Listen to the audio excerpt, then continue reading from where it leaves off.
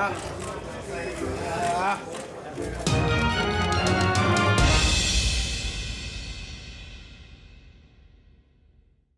Hearn said he's disgusted with talks of Jarrell Miller potentially fighting Tyson Fury this fall. And I got to talk about it. What up, Fight World? It's your boy Ego, and I'm back with some more boxing. Make sure you smash the like button. Also, subscribe to the channel for the latest and greatest in boxing.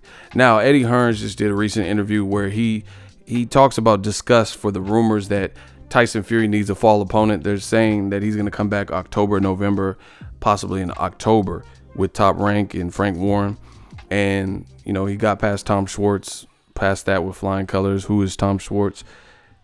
Eddie Hearn says he doesn't like the taste that leaves in his mouth about Jarrell Miller failing the Anthony Joshua situation with multiple drugs in the system and then being rewarded with the fight with the lineal champion. Listen, I want to give my thoughts because I haven't really made a video about it. I feel Eddie Hearn in the sense of this is boxing and people cheat, you know, have no real excuse, and they get rewarded. This is nothing new. We've seen it with Luis Ortiz had situations where he, you know, came back and got title shots. We've seen it with Antonio Margarito with the plaster of Paris hand wraps, with the Shane Mosley situation, serves a ban, then he comes back. Top Rank rewards him with the Pacquiao showdown at AT&T Stadium before 50,000 plus people in Texas, you know, and then he got a Cotto fight after that.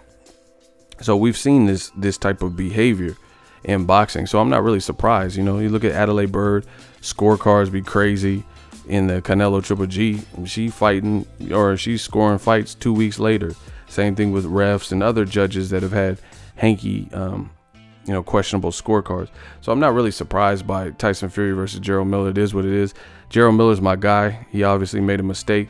He's now saying it's something else. It was for his elbow or something, but it, you know, it just doesn't look good. He had like a PED cocktail in his system. So it is what it is. Fury versus Jarrell Miller.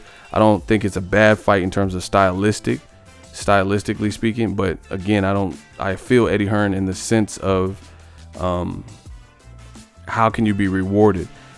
Jarrell Miller also got out on a technicality. I guess his New York boxing license had expired and it wasn't active. So this fight with Joshua, he would have had to renew his boxing license, but at the moment he got busted for these failed drug tests, he didn't have an active license, so they could not suspend him. So the only people that suspended him was like one sanctioning body. They suspended him for like the WBA or whoever. They suspended him for 6 months, and that's only from competing for their belt. So Jarrell Miller never even really got punished, you know. That's just what it is. He didn't get punished because he didn't have an active, it's like a loophole, technicality. He didn't have an active license, so he was able to, you know, just sit on the sidelines and miss out and see Andy Ruiz upset Joshua, and that could have been him. But, you know, now he might get rewarded with the Tyson Fury. So in that vein, I can relate to what Eddie Hearn is saying. However, Eddie Hearn's also being a hypocrite because this is the fight that you put in Joshua in there with. You know what I'm saying? And people told you to put Dillian White or Luis Ortiz primarily in there with Joshua, and you picked this fight, you know, and this is the fight with Joshua that there were other guys ahead of him that probably should have got the fight. Like, you know, definitely Wilder, definitely Luis Ortiz, or at least Dillian White. So kind of hypocritical there, just to, like, you created this fiasco, this big major fight. You didn't put the PEDs in Miller's system, but you gave him the opportunity to even be in the position to squander it.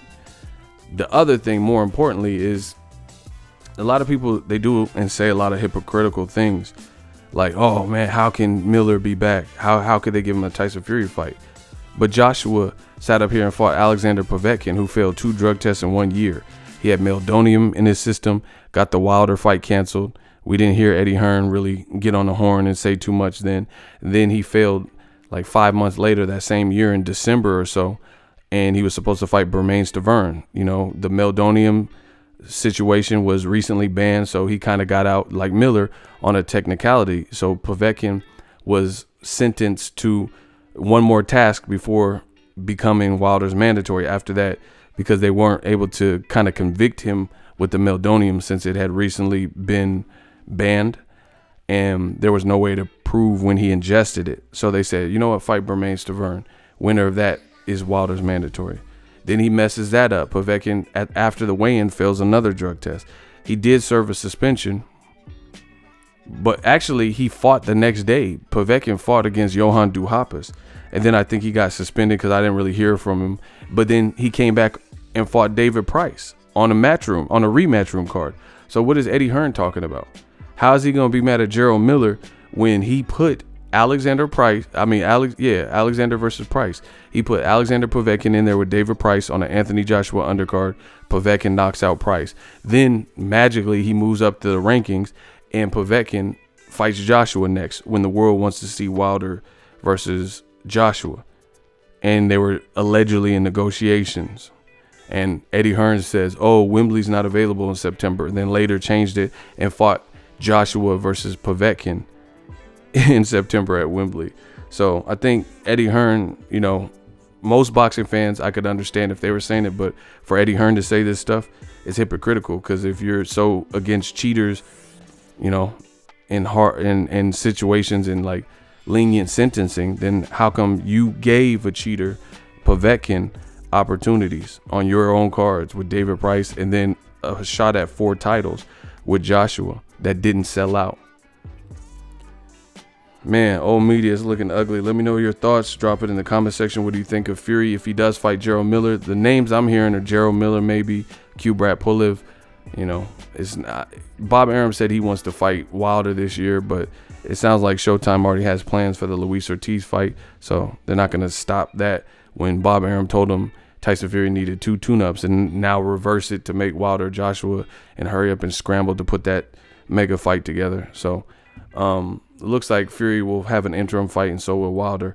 Let me know what you guys think of Miller versus Fury if it does happen. Pulev on ESPN. What does that really do for ESPN's numbers? Drop it in the comment section. We work. So if you enjoyed this video and want more content like this on the channel, you can show your appreciation by going to the PayPal donate button or the YouTube support button, and you can donate any amount that you feel is equivalent to the value of this video. Much more to come. Thank you guys for your support. Boxing Ego, the future of boxing.